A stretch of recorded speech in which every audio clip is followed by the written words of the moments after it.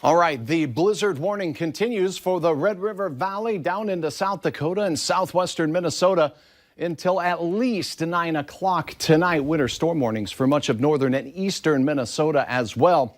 And our wind is going to continue during the overnight hours. We will also have then dangerous wind chills, wind chill warning in effect for the entire area through the overnight hours. I'll have more details on that in a second, but a look at our Valley Skycam. You're looking right towards downtown, and you notice everything is missing. We cannot see very far, and that visibility even in town has been very difficult at times, and we continue to have blowing and drifting.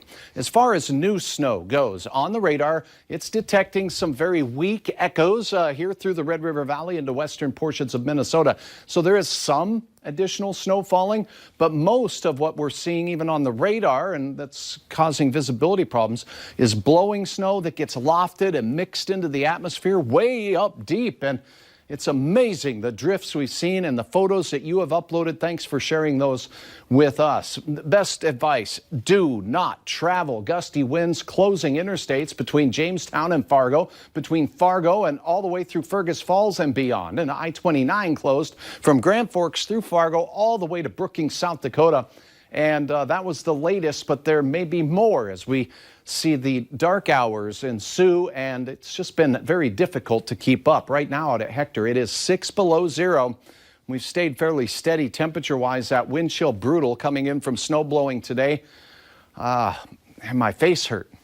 What's that? It hurts you too? Oh, I'm sorry. Winds, not as gusty as they were. They have been gusting to 40 miles per hour or close to that here in the FM area, even in the last hour or two.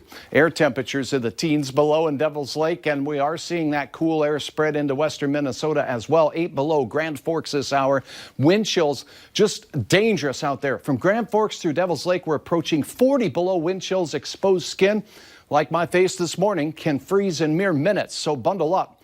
Here's the latest, and we're going to pay particular attention to wind speeds. It's going to remain gusty through the evening hours, and I'll pause this at 10, and the gustiest of the winds will be down to the south, but we will still have winds between 20 and 30 miles per hour through the valley. So even though the blizzard warning does expire at that time, we'll continue to have blowing and drifting through the evening, and then overnight, this doesn't really disappear, the wind, until we get closer to daybreak. And look at these wind chills for bus riders of the morning or for folks trying to clean out the driveway. Air temperatures in the 20 below zero range, and we will have wind chills between 35 and 50 below zero first thing in the morning. Just brutal out there. And then as we go through the day, we don't warm up much, but we won't have as much wind.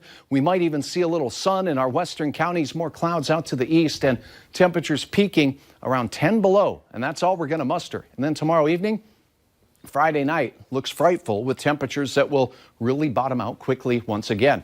We start out in the 20s below. We rise to close to 10 below zero. Wind speeds from the northwest still generally around 5 to 15 miles per hour, and another cold night for your day tomorrow. Again, a thank you to all of you who have taken the time to go to valleynewslive.com to upload photos. You can see them there as well.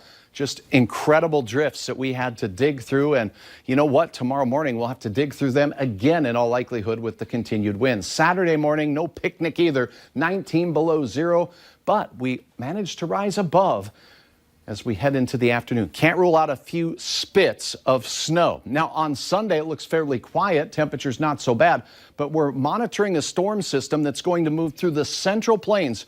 It looks like our southern counties will have the best chance at some snow. There could indeed be accumulations, but it doesn't look anything like we've experienced this past 36 hours. Temperatures rise all the way into the balmy teens.